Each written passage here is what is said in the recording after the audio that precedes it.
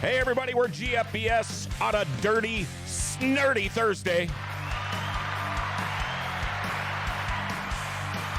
I've been keyed up about this interview for a while. Mike Carver going to be on the air with us here in just a couple of minutes. If you know anything about snowmobile racing, you know this dude, that is for sure. Our show today brought to you by Northwest Tire in Grand Forks, who is looking to hire a tire technician. Now, if you're not afraid to show up for work on time and work hard while you're there, this job might be perfect for you. No prior work experience is necessary. Northwest Tire, they'll even train the right people, all right? Chance for you to get great benefits like PTO, health insurance, 401k, and more. Pay will depend on experience, but if you want to find out more, you need to stop into Northwest Tire on Gateway Drive, or you can call Chad at 701-780-8473, or apply online at nwtire.com. Speaking of Chad, the other half of the Bullring Boys, Chad Hoff, is off today. He'll be back again next week. Have any questions or comments for Mike Carver? Our phone number, 701-213-0863. Feel free to call or text, all right? Well, before we get too much further into the show, it is time for our daily segment called Jokes My Neighbor Tells Me. Here we go. Jokes My Neighbor Tells Me. It's so cold out. Today, even my dog wanted a cup of coffee this morning. Okay, Paul didn't like that one. How about, it's so cold out, I had to salt my hallway this morning. Salt? You know, like on a set. Forget it. Okay, how about this one? It's so cold out, I turned the shower on this morning, and it hailed. Okay, finally, we got the approval for one of them. Here we go. First off, before we get going here, 10th Annual East Grand Forks Vintage Snowmobile Show is this Saturday. That's the day after tomorrow, the Blue Moose Bar and Grill in East Grand Forks. Show this year is in memory of Anna Kozel. All sleds are welcome. Registration from 9 to 11 a.m. Saturday morning. They're going to have a raffle, sled run, awards, and door prizes. If you want to find out more information, call Merlin at 218-779-6161, or you can call Al at 701-740-7552. 10th annual. I remember when I had my 71 Panther with the 634 in that show a few years back, and I was lucky enough where they asked me to be the celebrity judge this weekend, so looking forward to that 10th Annual East Grand Forks Vintage Snowmobile Show this Saturday right behind the Blue Moose along the river there. It's going to be a good time. All right, here we go. Let's get going. Mike Carver on the other end. Mike, how are you doing today, man? Chilly morning. Yeah. Now, I've known you for a long, long time, but tell us a little bit about yourself, would you, Mike? Well, about myself. Got a lovely fiance named Stephanie. We live over in Boston. I've been around this area my whole life. Just pretty much work in this field my whole life. We got some dogs. We got 3 beagles. Oh boy. We like to do we like to do some hiking and biking and travel. So her and I do a lot of stuff together. You know, I was so used to, of course, me being from Thief River Falls and my hunting cabins between Plummer and Brooks there, but for so many years, I was used to coming up to that stop sign in St. Hilaire and seeing Carver Performance, and now I find out you moved to Boston.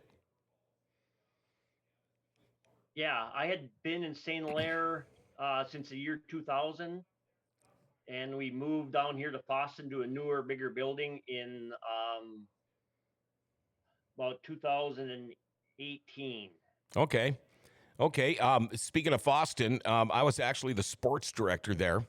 Years ago, I was working at a radio station in Thief River, and they bought out the Boston station, and I went down there and worked, but had a good time in Boston. Now, we were talking a little bit earlier. You told me you're going to be 58, I believe, next month, so you're a year older than I am, but what gets me is you're still racing. When did you actually start racing? How did you get involved with snowmobiles even before the racing thing? Grew up with snowmobiles. My dad always had snowmobiles. Even before that, he had something called snow planes. Oh, yeah. I don't know if how many people out there that remember them or know what they are. People our age might. Our age. Yeah. Exactly right. So in case they don't know, what a snowplane is basically a ski is like a car, like a airplane, but it slides across the ground and it uses an airplane engine with a push prop that pushes across the snow. And they used to have them in the late 60s, early 70s. They were pretty popular. Mm-hmm. Do you remember the first snowmobile that you ever got on? Oh boy, the very first one. I can't say as I can remember the exact first time. Like I said, my dad did have snowmobiles. They started using them instead of the snow planes to ride around and get big groups. So that would have been same like late 60s, early 70s. He had an old Skidoo, had the engine right in front of you, so it spit gas all over you Mm-hmm. while you're driving along. Yep. I'm sure a lot of guys can relate to that. Remember that? My first recollection of being on a sled, my dad at that time had one of the Polarises with the big, heavy Polarises, the workhorse one. And he propped me up there with the sled running to take a picture of it. Well, the first thing I did was hit the throttle. And the next thing you know is my old man is chasing me across a plowed field trying to catch me because this thing was going. But maybe you heard me mention about the vintage sled show coming up this weekend. My first sled that I ever got to race was actually a 1971 EXT special. And I believe that one had the 399 in it. I'm not sure, but actually saw one today on one of these Facebook apps. It's amazing what they are getting for some of these vintage snowmobiles now. I saw 71 634 Puma just went at the big auction out in Vegas or Arizona, wherever it is, but almost $11,000 for a 1971 snowmobile. That's Yep. just nuts, isn't it? Yeah, all this vintage and collectors items, not only snowmobiles, it's motorcycles, everything. It's huge right now. Everybody's reliving their past. Yeah.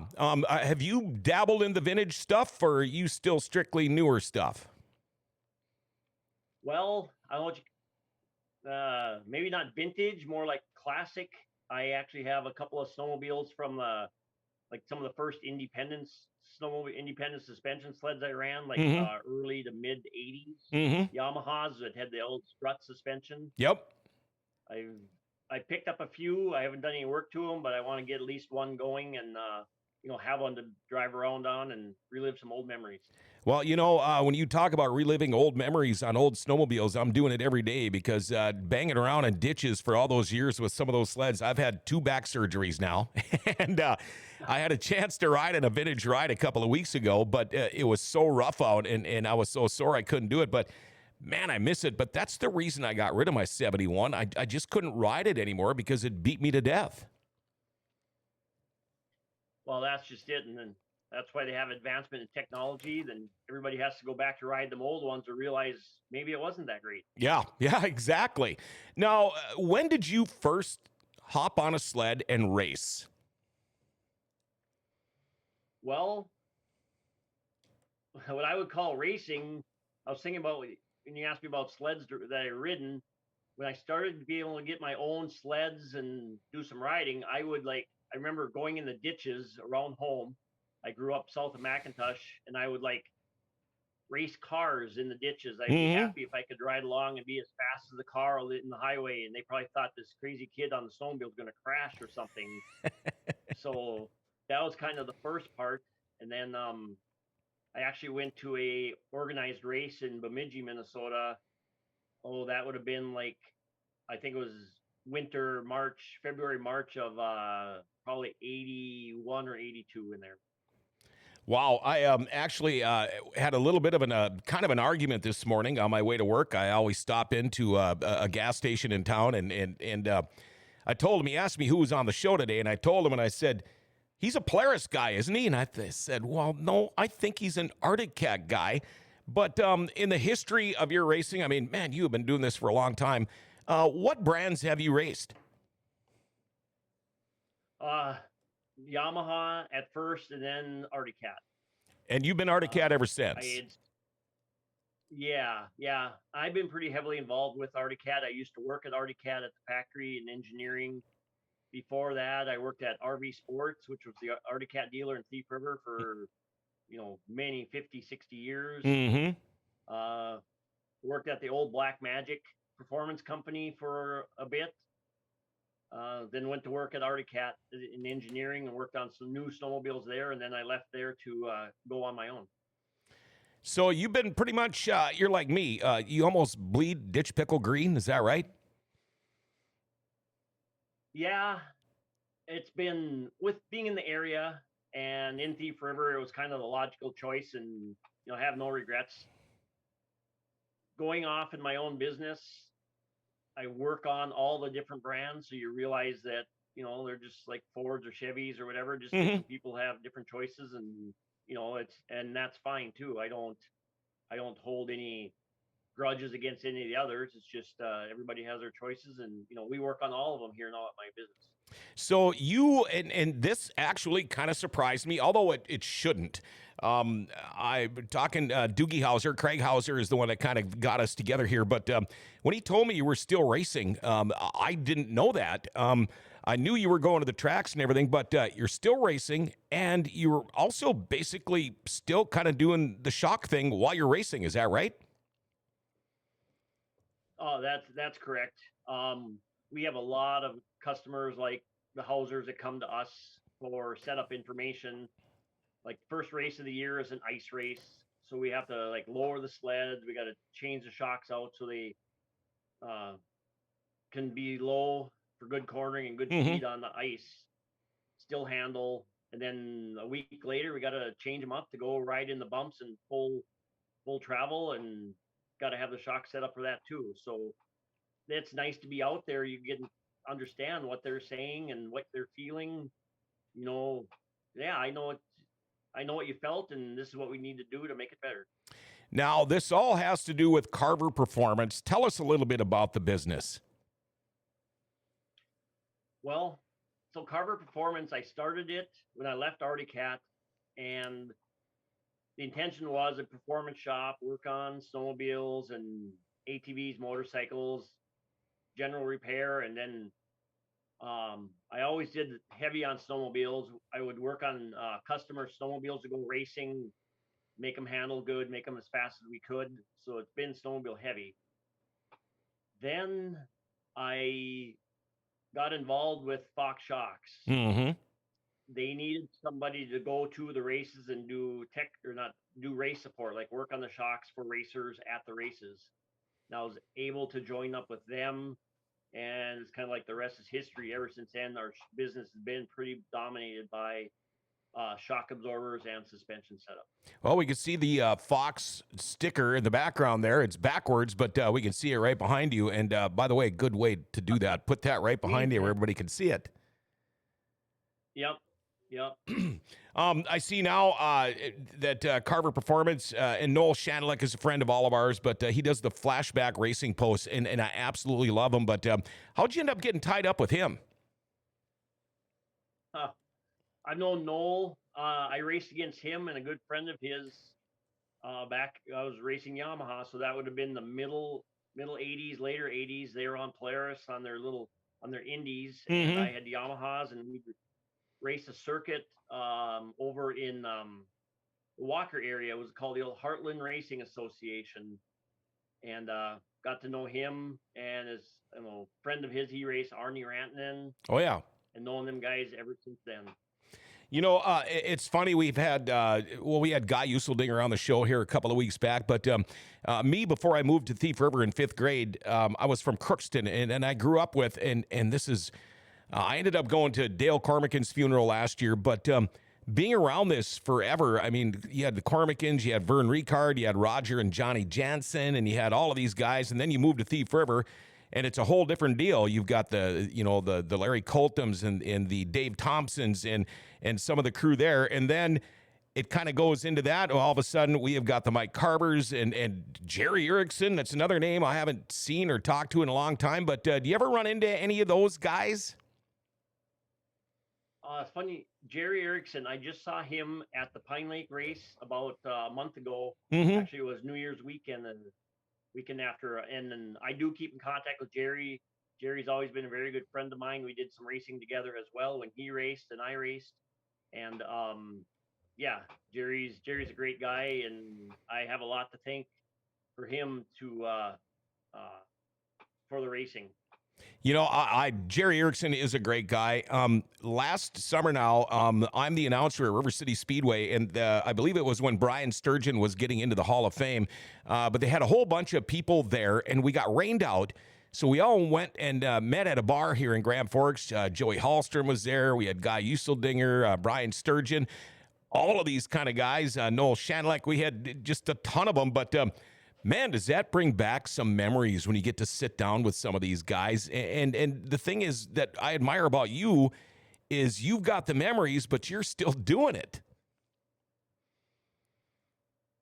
Yeah, I guess so. Still making some memories. It's fun being out there now. We're getting to know the Hausers. I really got to know them at the first races here at Pine Lake when I was out in my race, and they run several classes together, and this sled passed me, and I realized who it was. Well, then after the race, I got to thinking, and I'm talking about Keegan Hauser. He's in a junior class, and they run what they call limited, which is basically a half throttle sled. Yep. So he's fast enough now as a young kid. He's passing me up with my full throttle sled, and Wow. he's moving on. So he's good. What kind of sled are you racing now? Arctic Cat. I have a new 2022 Arctic Cat, like 600 ZR cross country. Is that like a master's class or guys that are really too old to be racing class, or what do they call that? Pretty much. Yeah. Yep. They have a Masters 40 plus and Masters 50 plus. So I run both of those classes. All right. Do they have a Masters 60 plus? Is Mike Carver going to keep going into his 60s? Well, I got another year or so before I have to request that they move it up to a 60 class. It doesn't matter. I would still do it. All right. Hey, Mike, we're going to take just a quick little break here, so hold on for just a minute. Life doesn't ever seem to slow down. Everything needs to be done right now. When it comes time for an oil change, I tell you what, this is what I do. I go to Valvoline Instant Oil Change. Almost every time I go in there, I'm in and out of there 15, 20 minutes. They do tranny and coolant flushes, tire rotations, batteries. When I go in there to get the oil change, and yeah, I'm out of there in 20 minutes, but they're also topping off my fluids, checking my tires, my battery, lights, wipers, my cabin air filter. Maybe you have a fleet of vehicles. You got a discount coming there. Same with the military. They get text and email invoices and coupons. If you mention Grand Forks Best Source when you go in there for that next oil change, tell you what, they're going to knock $10 off your oil change bill. They are open 7 days a week, no appointment needed. Pickup deliveries available if you live in Grand Forks. What a great deal. Come to Valvoline Instant Oil Change for a complete oil change and more. They're at 3325 South 38th Street down on the south end. Or call 701-780-8462. Make sure you tell them Grand Forks Best Source sent you.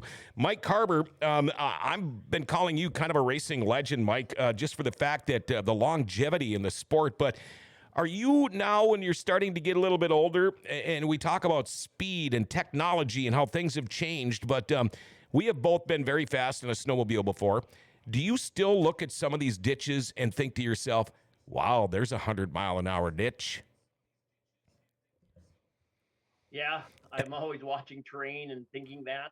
I'm starting to come to realization I maybe can't do it, but you can always just think you can. I do anyway. Now, when you think about the technology and the advancements from the time you started racing, how have snowmobiles and the whole industry, how have they changed? Oh, it's just tremendous changes.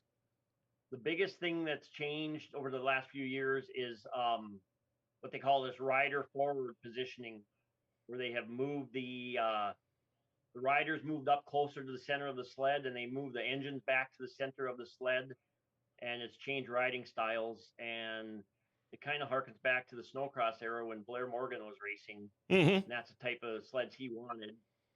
And now these younger riders have adapted to this sled, and the speeds that they run, even in the ditches, compared to before, it's just unbelievable.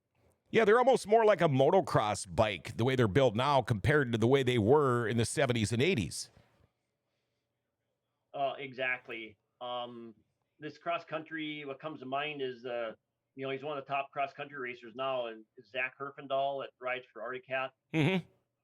He'll ride these races. We have next weekend is our 500-mile race up in Goodrich, the Goodrich Grigla 500, and he pretty much stands up the whole race and rides it like a dirt bike, like you would like an enduro motorcycle. Right. And that's something I could not do. I mean, my butt is No, padded for and a I don't reason. either. Yeah, exactly. Yep. And I do some try it, but it's conditioning and age is a lot of it. Okay. Now, you had just texted me a picture here, and I'm going to see if I can figure this out. I believe that is you on the left, Jerry Erickson Correct. next to you. Would that be Joey Hallstrom? Yep. That is correct. And then let me take one. I'm going to take a stab at this. Gino Kalinowski. Am I wrong? You're wrong. Okay. I have to look up. I don't remember who that was on the right. Okay. Boy, I was close though. It was good to see. Good to see Joey back when he still had some hair. Yeah, that's right. I'm going to tell you what, Mike, we got a couple of texts here I want to talk about during the show. Kaylee Elizabeth says, saw some pictures from the show in Elk River last weekend that had one of the Dale's and Rogers' old snowmobiles in it. They have sure come a long way since those days. Yeah, it's just crazy, the technology. You're still plugging away, racing, Mike. What's your schedule look like for this year? Well, it's crazy. I also help out snowcross teams. Mm-hmm.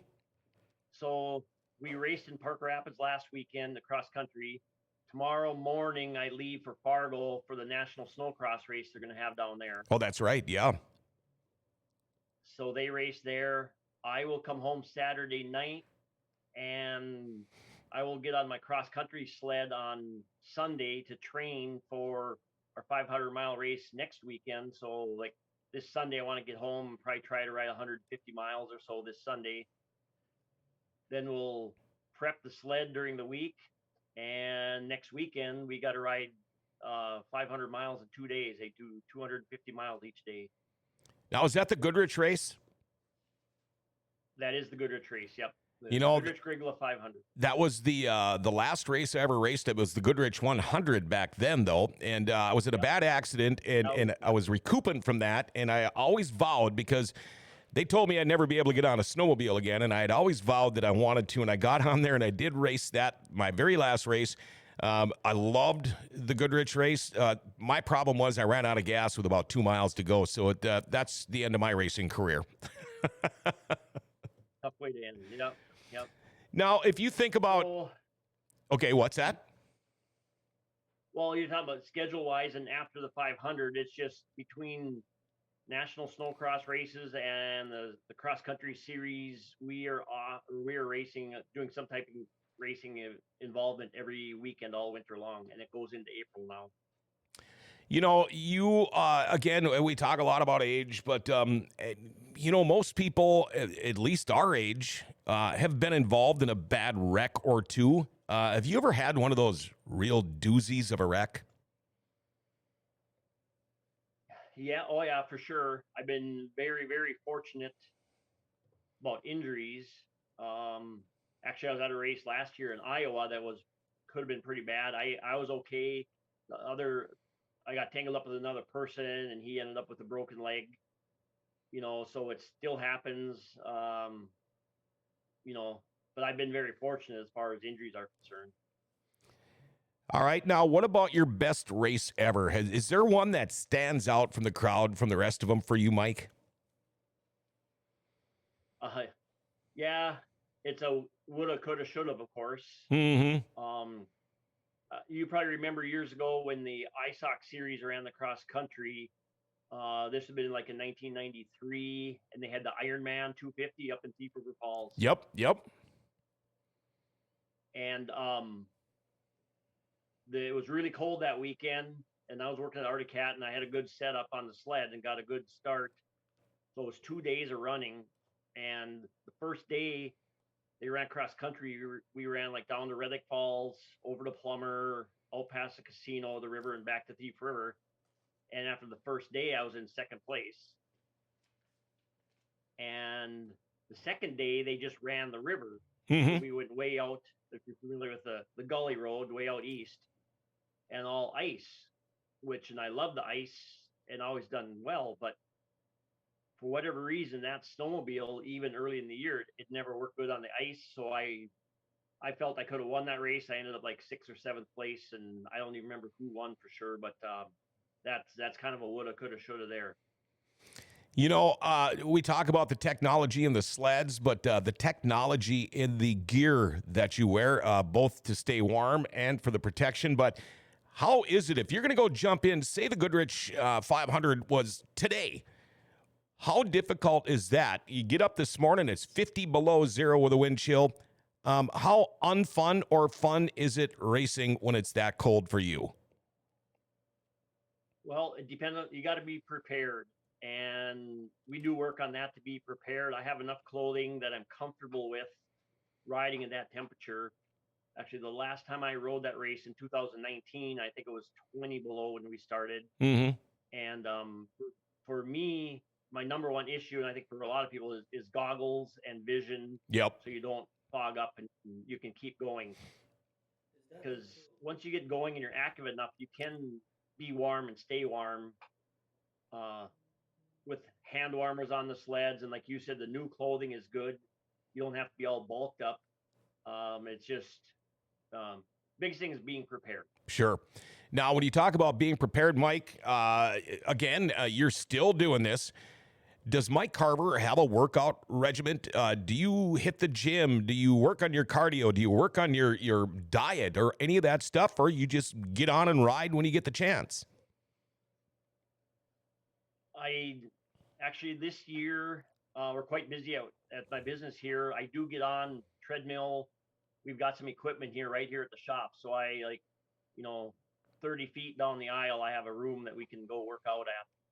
So that helps a lot. I do some cardio, rowing machine for upper body, that type of stuff. This year, probably more than ever, I've missed getting out and doing the riding because of time constraints. Mm-hmm. But yeah, I try to prepare as much as I can. I feel I'm highly unprepared this year in that department, but we still get through it. Well, you know, at least one thing about this year, as far as training, because the best training is to get out there and ride, but we actually have some decent snow around here this year. Yes, we have very good snow. Trails are being groomed. It's going to be a good race up at Goodrich this year. Ditches are pretty full. So I hope they get a good turnout for that race up there. Now, if you were to pick a race of all the races you've been to in your life, is there a favorite place that you like to go to race to this day? Well, I think I'm going to go back to what you said. And a lot of people up in this area, that Goodrich 100 back in the day was a very fun race. Mm-hmm. You know, fun courses, fun local people.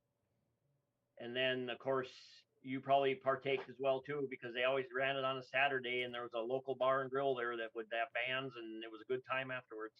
Yeah, in fact, my last one, my crew basically left me there with a wrecked snowmobile. I did manage to drive it all the way down Highway 1 to get back. And funny thing is, that sled belonged to Arctic Cat at the time. But yeah, so they leave me there, and I started to indulge. And next thing you know, they're like, hey, will you MC the awards banquet? So there I was in Goodrich, emceeing the awards banquet. But those guys did such a spectacular job. Yeah, they really did. There was the Goodrich JCs that used to run that race, and they ran it for many years. I think, like a lot of places, they were victims of the short snow years, Mm-hmm. so the interest dropped in that too. But now, luckily, they've got some people running this race now, this 500-mile race, and it's, you know, over the years, it's been 3 days or 4 days. This 250 miles a day is a good challenging race. I really like this format. Now, you're probably just a little bit too young, but do you ever think about the shoulda, woulda, couldas, like you mentioned, about the old Winnipeg to St. Paul 500 race? Because that was always a dream of mine, but it just never got to do it. Yeah, absolutely. Growing up as a kid, we'd watch them come through. I can remember watching them go through the little town of Bijou. Mm-hmm. They used to go right through there, up through the Oakley area. But yeah, we would go watch them. My dad he'd follow it enough where we would go watch the races. And that was probably one of the earliest dreams I had, was running that race.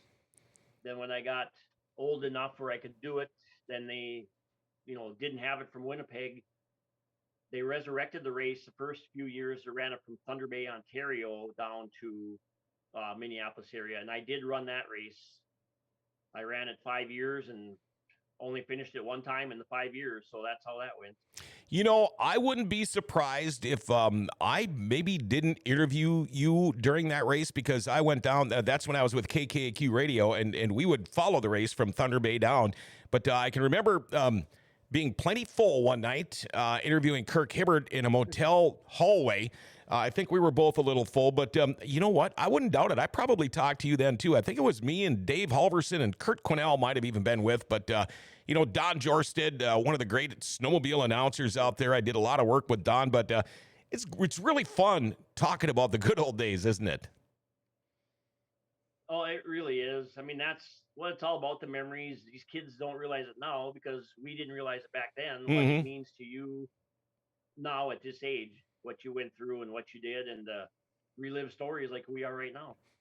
Oh man, I love this stuff. You've been on my radar for a while now. I'm glad we got to get to talk to you. But now, if somebody, do you just work on race sleds, or if somebody has a sled that they think isn't quite right, can they get a hold of you at Carver Performance and you'll hook them up and get the thing done right? Yeah, absolutely. To be honest, most of our business is trail riders and consumers. We do quite a few racers, but it's probably less than 20% overall of what we do is actually race stuff. Most of it is consumer riders.